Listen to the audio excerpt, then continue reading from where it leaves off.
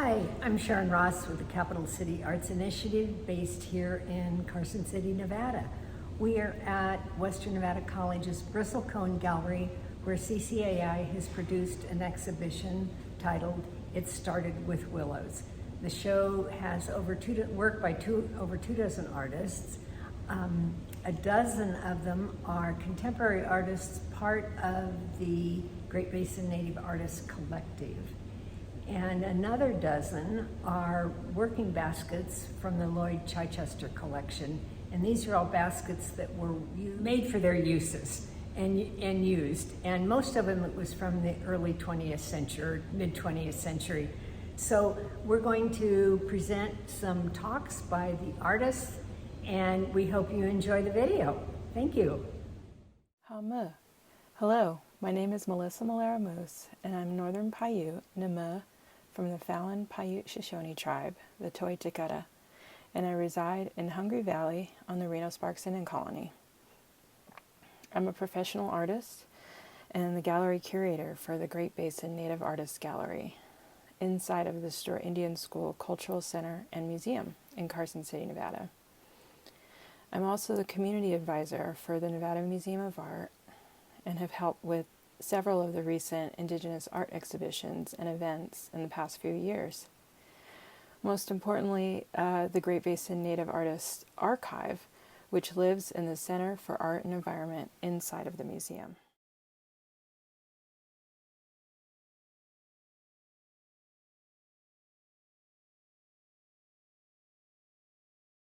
The Great Basin Native Artists got started in 2014.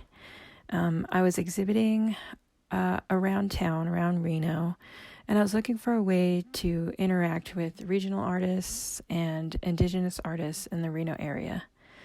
I interviewed Ben Aleck for an artist profile piece for First American Art magazine, and we got to talking about limited opportunities for Indigenous artists in our area.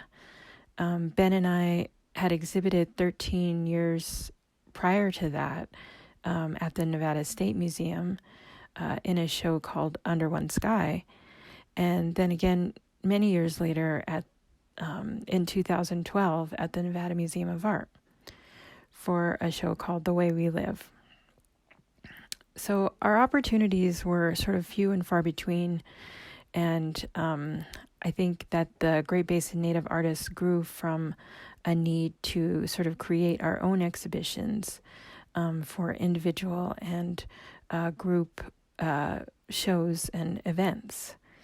For me, this is how we grow and we get better at what we do. We need those opportunities. And so this is, how we educate the public on Indigenous peoples and our untold, American history, and also our untold American art history. Over the last decade, we've grown, from sort of a small collective doing group shows regionally to kind of an educational movement, which has been really exciting. I mean, we still exhibit within the community, but we have branched off into a bunch of different directions.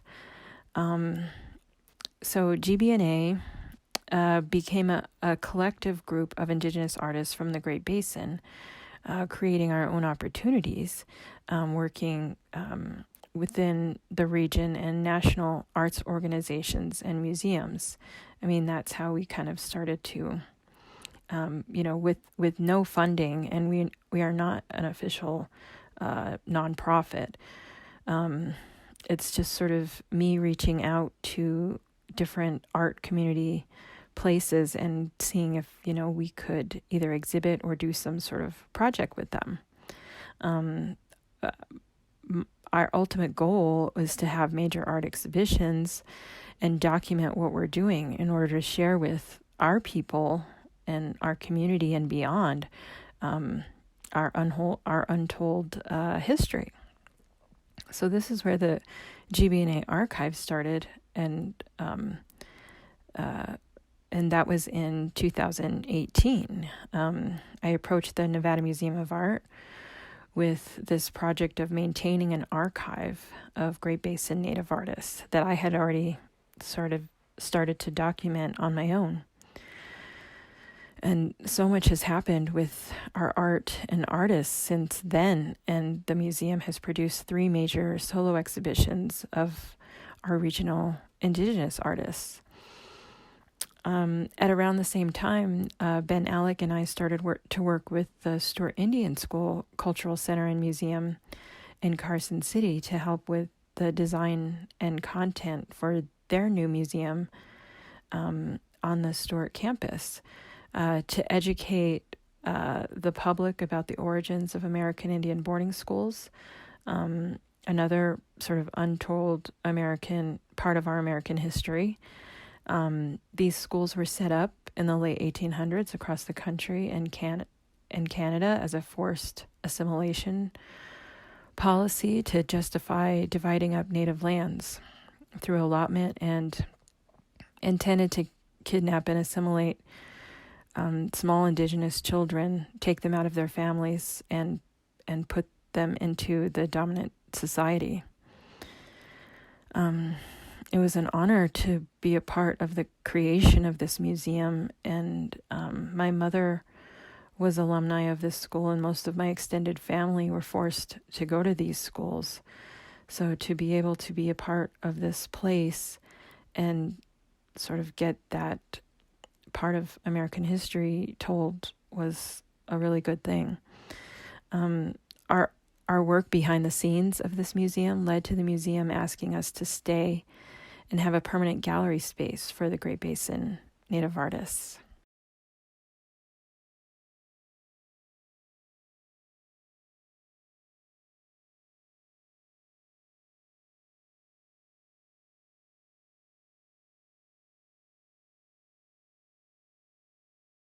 I have 2 pieces in the exhibition.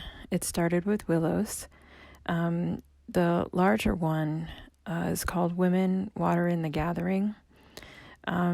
This piece layers basketry design and texture with remembrance and the importance of place and time. I was thinking of kind of like a event in my life, and I also just sort of abstracted all of those thoughts and ideas into, this palette of the Great Basin, of our water areas, and of our desert lands in the Great Basin. Thinking of our ancestors, passing down our cultural ways to us, and having sort of how we carry that with us. I think even with so much disruption in our history, from genocide to the mission and the boarding school eras, Indigenous people have endured and continue to create and pass down this knowledge. My work draws from my connection to my homelands. It abstracts place and identity and memory. My imagery integrates basketry shapes and textures. Sometimes I put willow, pine nuts, and other organic materials on the canvases. I layer paint washes intuitively to create a visual in which Indigenous life is told through my perspective as a Native woman, a mother, and an American artist. When She is Complete, too, is a self-portrait displaying basket design and shapes suspended in the sort of air, water, and land of the Great Basin, sort of a combining of all of those sort of thoughts and ideas onto the canvas. I'm always learning from the works that I do. I think from, the creator, from my ancestors, my family, the land and the animals.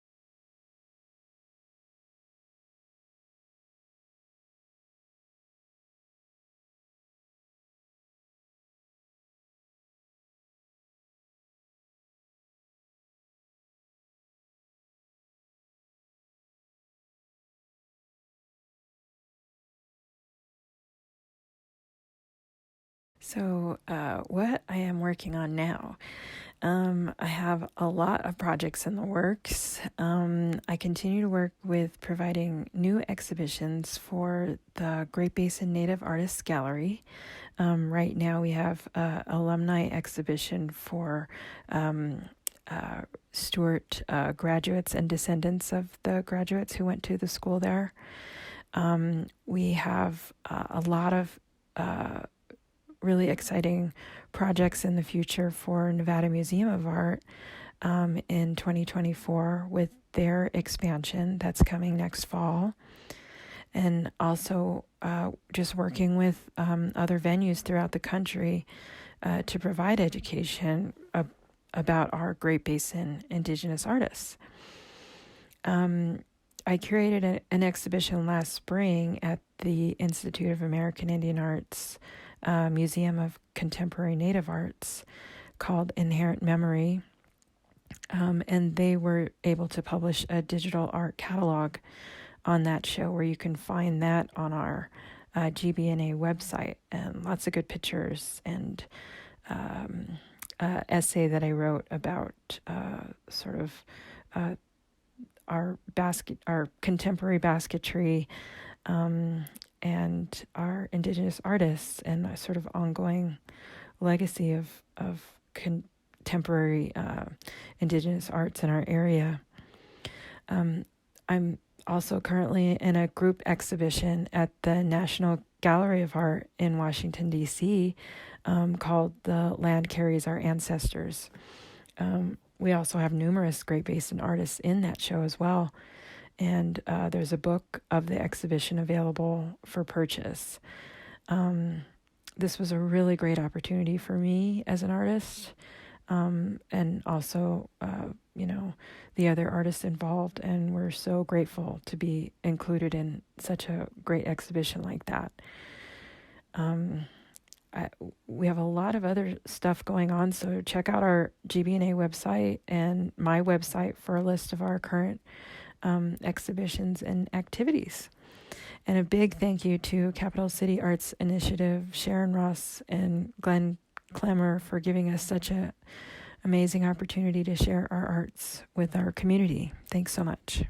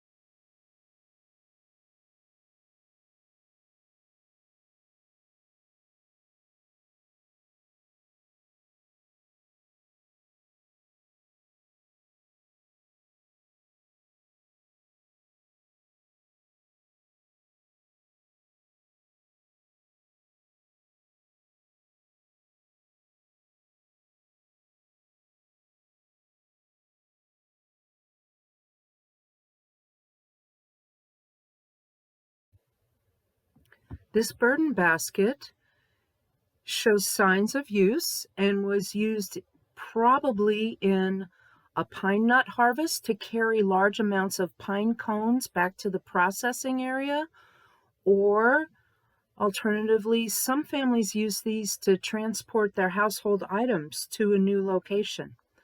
This one has a few small repairs to it, again indicating its use as a working item, as a tool. And it also has straps of fabric attached to it in order for the user to strap it onto their back by using the fabric to wrap around either their forehead or across the fronts of their shoulder blades.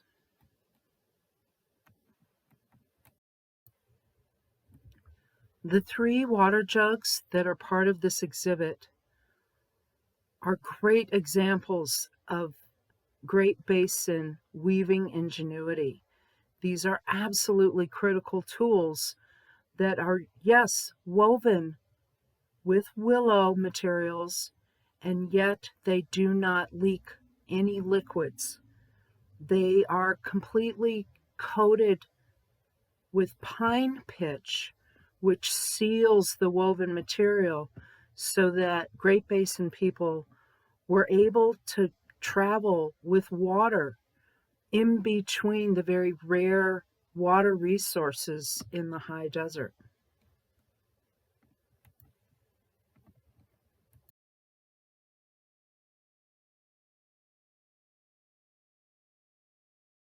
There are several seed baskets that are part of the Chichester Collection included in the exhibit, and many of them do have striking design patterns.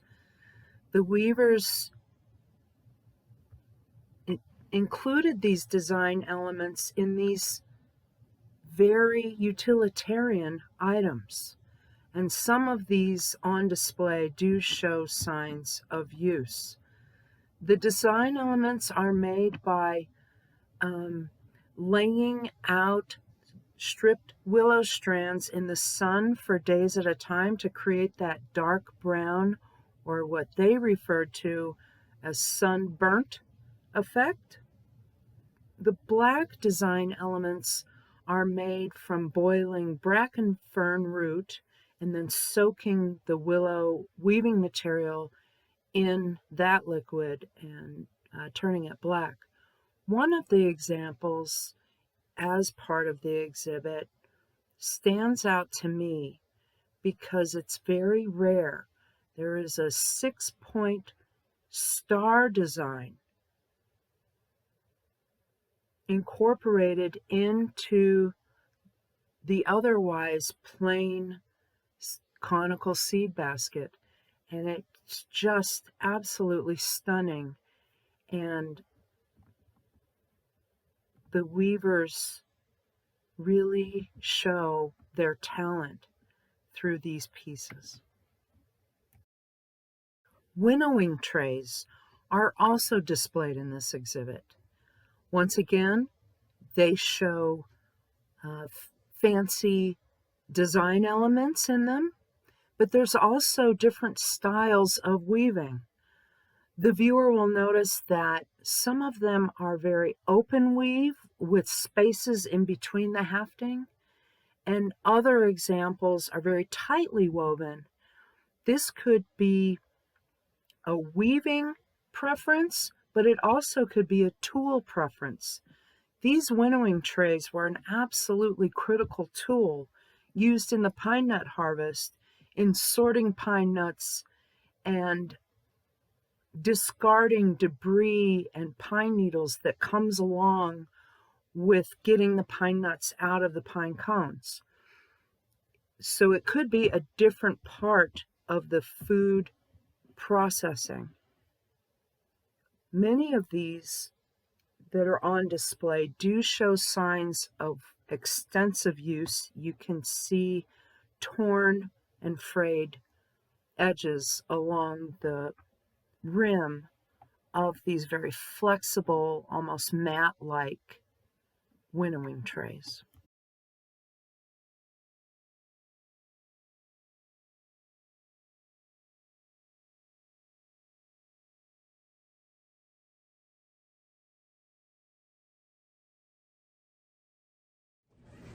An additional part of the exhibition It Started with Willows is the essay that was written by Terry McBride, an ethnographer, and she did a beautiful job of giving the history of basket making and the baskets in the Great Basin. So you can get a copy of the essay here in the gallery, or you can get it online at our website, ccainv.org. Click on essays and the link is right there. In addition, you can follow CCAI on Facebook and Instagram, and as I mentioned, our website. And you can come visit all 4 of our galleries in Carson City. There's plenty of parking at each one. And I think that's pretty much it about this exhibition, except to thank the college for the space, the beautiful gallery, and to thank the artists for participating, and to you for watching. Our generous funders are on the following slide. Thank you.